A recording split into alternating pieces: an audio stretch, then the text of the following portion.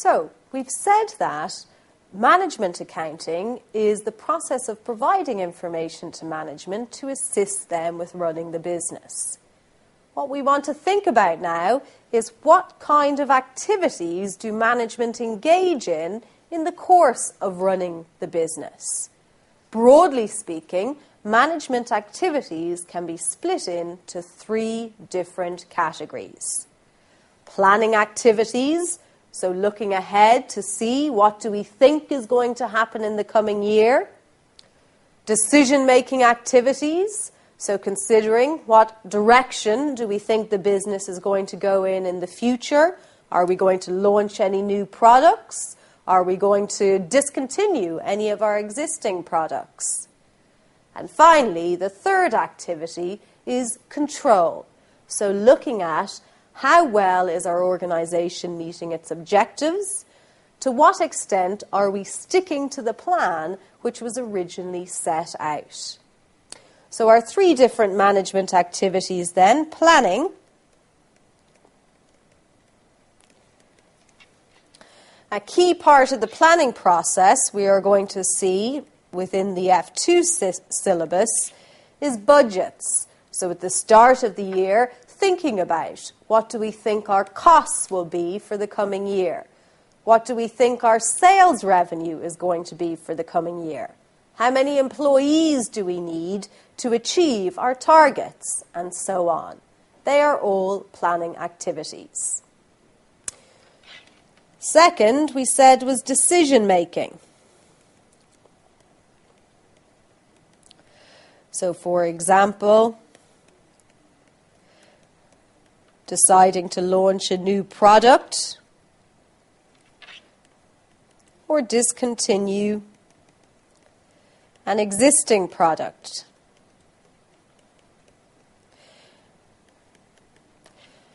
If management are making decisions like this, then they would need to think about the costs and revenues associated with that particular decision. And our third activity, something called variances. This is a key control activity. And when we look at variance, we are going to see that this is just comparing our actual results to the planned costs and revenues.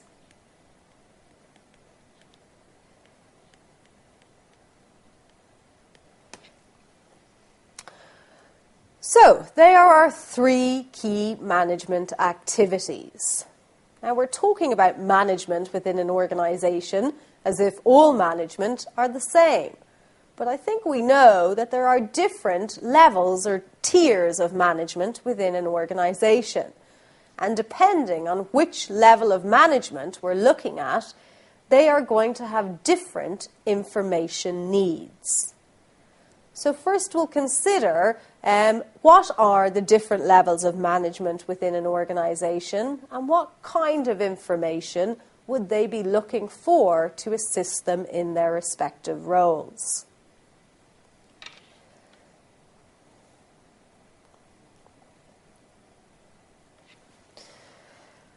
So our management within an organisation can be split into 3 different levels. At the very top of our pyramid, we've got our strategic level management. If we're looking at strategic level management, we are really talking about the directors and senior management within the organisation. These are the people running the company at its highest level, so they are thinking about the company's longer term growth and future.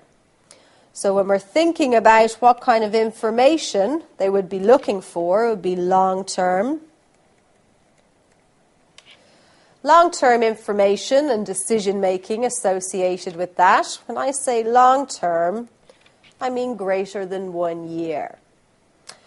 So they might be considering to what extent do we think our company is going to grow over the next perhaps 3 years. Our next level down, just below strategic, is our tactical management. This would be our middle management.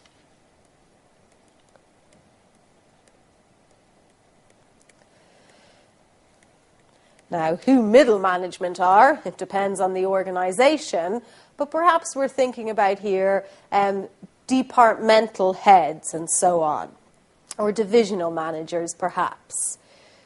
Middle management, the time frame which is going to be considered by middle management would be perhaps short to medium term.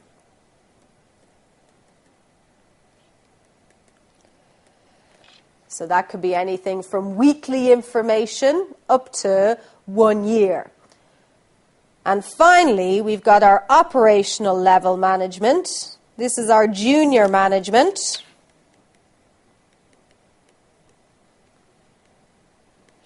So junior management, and perhaps factory supervisors, team leaders, and so on. They would be part of the junior management team, and when they're looking at information, it would be with a short-term view. So daily and weekly productivity reports, for example. So our time frame then would be short-term, perhaps daily or weekly reports. Okay, so we've looked at our management activities and the different layers of management within an organisation. The final thing we're going to look at in this session is organisations themselves and how companies can be divided up in order to provide better control over the organisation as a whole. Let's consider the following example. So I've mentioned that a key management activity is control, looking at have we achieved our targets for the year. Let's say for a particular company at the start of the year when they're doing their budgeting process, they calculate or estimate that total costs for the year for the company will be £1 million. At the end of the year, they look at their actual results to see, well, how much money did we actually spend? What were our real costs? And they discover that actual costs for the year were £2 million. So you can see there's quite a large difference between the expected or planned results of £1 million costs and the actual results of £2 million in costs. Now, it might be very difficult for a director sitting at the top of the pyramid to look at this large difference between planned and actual results and understand what has caused the difference. Any company is going to incur a wide range of costs across a number of different departments, so perhaps just looking at that total figure of 1 million versus 2 million is not particularly useful. Most organisations will be split in to a number of different sections and areas, each responsible for managing their own costs and or revenues. So at the end of the year, if someone's looking at a large difference, like in our example, they can identify, well, which particular areas of the business did not achieve their targets. So to help us understand how an organisation might divide themselves up like this, we need to look at a bit of terminology. So, within an organisation then, the first distinction we might make is to split the organisation up into a number of different cost centres.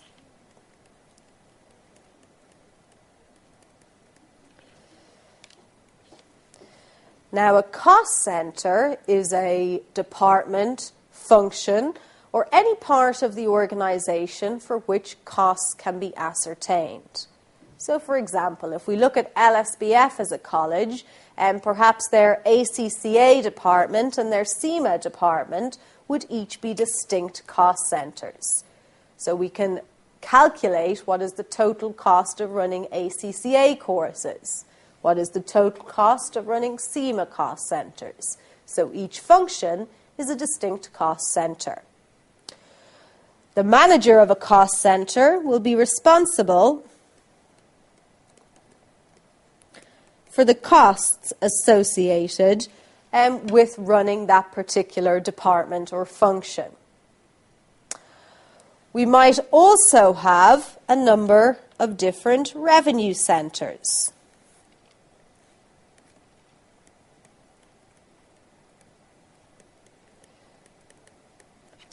Unsurprisingly, the manager of a revenue centre is responsible for the revenues generated by that department or function. A revenue centre is usually going to be something like a sales department. So for a sales department, rather than them having a cost target, they will have a revenue target. So they are expected to earn the company a certain amount of revenue per week and per month and so on. The manager of that sales department is responsible for ensuring that the revenue centre meets that target. Now we could go a level up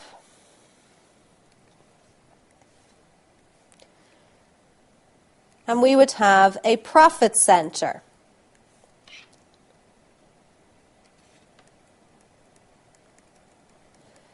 The manager of a profit centre is responsible for both the costs and the revenues of that particular area. So what we're looking at here is perhaps a division within the business. So a particular division who is responsible for the revenues earned by that particular area and the costs associated with it. So perhaps the LSBF London campus might be a profit centre. The London campus is responsible for both the costs and the revenues earned by this campus. If we go another step up, we would have what we call an investment centre.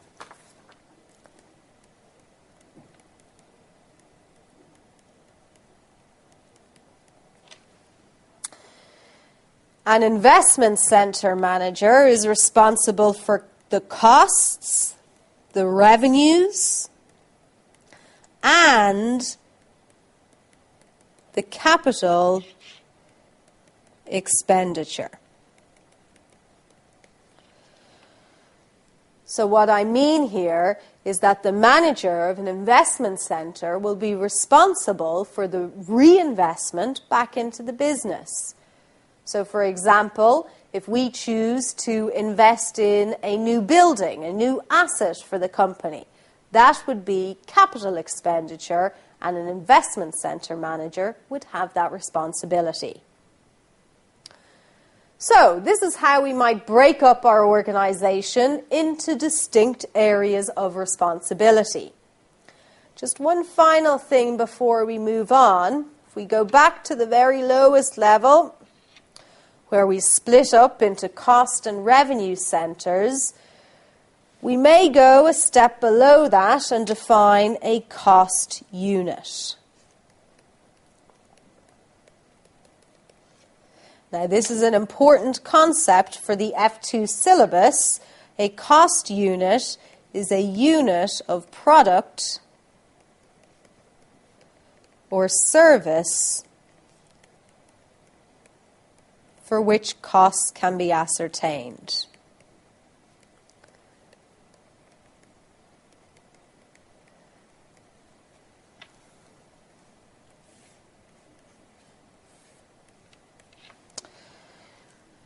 Very important concept within management accounting, our cost unit.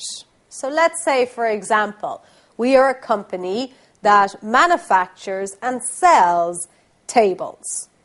Then our cost unit is going to be simply one table.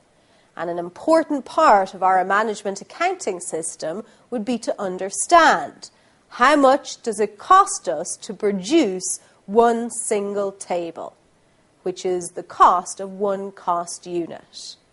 Now, as we go through, we're going to see why this is important, but if we just think about it sensibly, if you produce and sell tables, why is it important that you understand how much it costs you to produce a table? Well, I would imagine a key reason why it's important is because if you don't know how much it costs you to produce your product, how do you know how much to charge your customers for it? So selling price. We need to know the cost of each of our cost units so that we can establish a selling price.